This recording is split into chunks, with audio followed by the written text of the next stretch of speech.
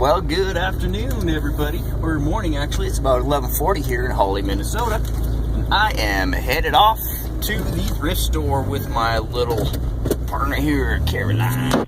We're going to go check out our local thrift store. And the girls, Heather and Amelia, and all these people are listing live right now. And we're going to go live here with them when we get back. But we haven't been to the thrift store in about a week or more. And we're just going to go check it out. Well, basically, go check it out and see what's going on. So yeah, I hope everyone is having a great day. It is about 80 degrees here, and it is going to be an awesome day. Awesome day. I think we'll go to the next turn. But it already is. Yeah, it is. Caroline went swimming already. She's going to go swimming again. Well, not swimming. Swimming lessons. Right, yeah, swimming lessons.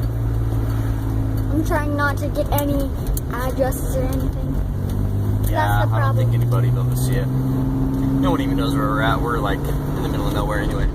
Yeah, we are in the middle of nowhere. I know. That's what's so awesome about it. The middle of nowhere, where you can't find us.